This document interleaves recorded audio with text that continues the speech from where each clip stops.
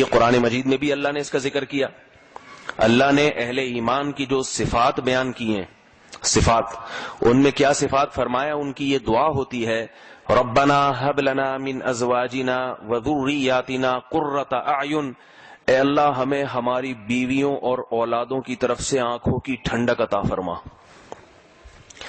اس کی تفسیر میں صحابہ سے اور تابعین سے جو تفسیر منقول ہے وہ کیا ہے کہ ان کو دیندار بنا تاکہ ان کی نماز، تلاوت اور دینداری کو دیکھ کر ہماری آنکھیں ٹھنڈی ہوں، سکون ملے کہ ماشاءاللہ صحیح ٹریک پہ چل رہے ہیں، بیوی بھی صحیح سمت پہ جا رہی ہے، اولاد بھی صحیح سمت پہ جا رہی ہے. جو بے دین آدمی ہے اس کو بیوی کے پردے اور نماز روزے میں اتنی دلچسپی نہیں ہوتی. کہتی ہے وہ کہتا ہے تمہارا ذاتی عمل ہے، تم پردہ کرو نہیں کرو، نماز پڑھنا ہے پڑھو نہیں پڑھو، صدقات و خیرات کرتی ہو کرو نہیں کرنا نہیں کرو، مجھے روٹی ٹائم پہ چاہیے. سمجھ رہے ہیں؟ مجھے کیا چاہیے؟ روٹی ٹائم پہ چاہیے، میرے لیے زینت اختیار کرو.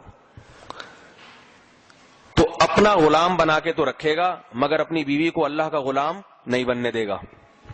اور جو دیندار آدمی ہے اسے اگر کبھی ایسی عورت مل جائے جو اس کی خدمت نہیں کرتی، خدمت میں کمزور ہے لیکن نماز پابندی سے پڑھتی ہے، پردہ کرتی ہے، تو یہ اس کے ان عیوب کو برداشت کرے گا اس کی نماز اور پردے کی بنیاد پر. یہ دینداری کی علامت ہے. کہتے ہیں کوئی بات نہیں، میرے ساتھ معاملہ بڑا گڑبڑ ہے مگر اللہ کے ساتھ تو صحیح ہے نا. اگرچہ شوہر کی اطاعت کرنا بھی اللہ ہی کا حکم ہے لیکن ایک واسطے کے ساتھ واسطہ آ جاتا ہے درمیان میں، اور اللہ کی عبادت براہ راست اللہ کی ہے. حضرت عبداللہ ابن مسعود رضی اللہ تعالی عنہ فرماتے ہیں کہ میں بے نمازی عورت کے ساتھ گزارا کروں، بے نمازی عورت کے ساتھ گزارا کروں جبکہ اسے طلاق دینے میں میرے ذمے مہر بہت دینا پڑے، تو فرمایا میں مہر کا قرضہ برداشت کر لوں گا مگر اس کے ساتھ رہنا برداشت نہیں کروں گا، مقروض ہو کے مر جاؤں میں. تو وہ تو چونکہ صحابہ تھے ان کا تو معیار اور بلند تھا، وہ تصور نہیں کر سکتے تھے کہ بے نمازی عورت کے ساتھ ہم کیسے گزارا کر لیں جو اللہ کی عبادت نہیں کرتی. لیکن علماء کہتے ہیں اس زمانے میں یہ درست نہیں ہے کہ بے نمازی ہے تو طلاق دے دیں، کیونکہ صحابہ کے دور میں اور اب میں فرق ہے.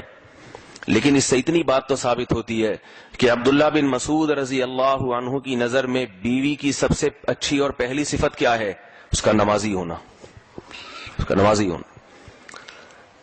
تو قرآن مجید میں اللہ نے بتایا کہ اہل ایمان یہ دعا مانگتے ہیں کہ اے اللہ ہمیں ہماری بیویوں اور ہمارے اولادوں کی طرف سے آنکھوں کی ٹھنڈک